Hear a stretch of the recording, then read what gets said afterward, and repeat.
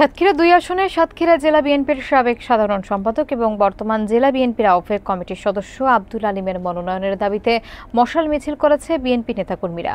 মঙ্গলবার সন্ধ্যার পরে সাতক্ষীরা খুলনা রোড মহাসড়কের বিনেরপোতা মেঘনার মোড় হতে মশাল মিছিল বের হয়ে ঋষিল্পী স্কুলের সামনে গিয়ে পুনরায় মেঘনার মোড়ে গিয়ে বিক্ষোভ মিছিলের মধ্য দিয়ে শেষ হয়।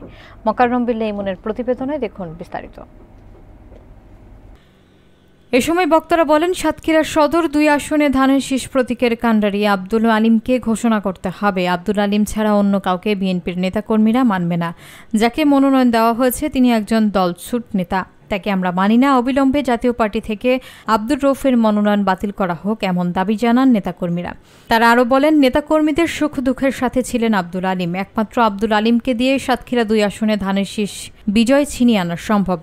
আব্দুল আলিম ২০১৩ সাল থেকে ২০১৬ সাল পর্যন্ত জেলা বিএনপির সাধারণ সম্পাদক ছিলেন। ২০১৮ সাল থেকে ২০২৫ সাল পর্যন্ত জেলা বিএনপির সাবেক সদস্য সচিব এবং দীর্ঘ ১৯ বছর সদর উপজেলা বিএনপির সভাপতির দায়িত্ব পালনকালে বিএনপির সাংগঠনিক কাঠামো শক্তিশালী করেন। তিনি শত জুলুমের পরেও ফ্যাসিবাদের বিরুদ্ধে লড়াই করেছিলেন। নেতাকর্মীরা বলেন, আব্দুল আলিম শহরতলির ১৩ নম্বর লাফসা ইউনিয়ন থেকে ১৯৮৮ সাল থেকে বর্তমান পর্যন্ত টানা ৭ বার চেয়ারম্যান নির্বাচিত হয়ে দায়িত্ব পালন করেছে। এই নেতাকে বাদ দিয়ে যাকে মনোনয়ন দেওয়া হয়েছে তিনি বিএনপির ভরাডুবি ডেকে আনবে। অনুষ্ঠানে উপস্থিত ছিলেন ইসমাইল হোসেন নীরব। মশাল মিছিলে বিএনপির হাজার হাজার নেতাকর্মীরা উপস্থিত ছিলেন।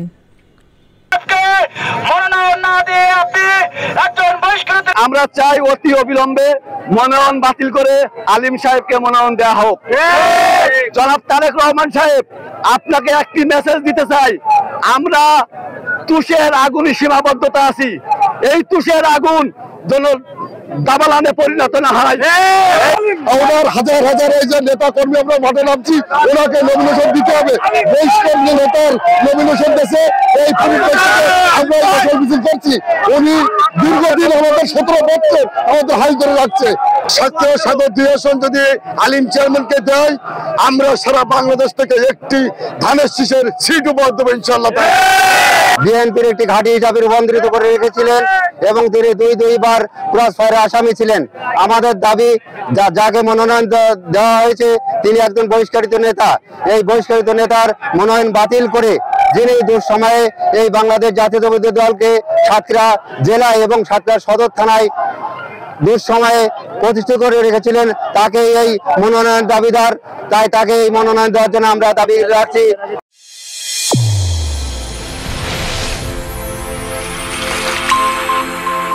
চ্যানেল A1 হৃদয়ের স্পন্দন।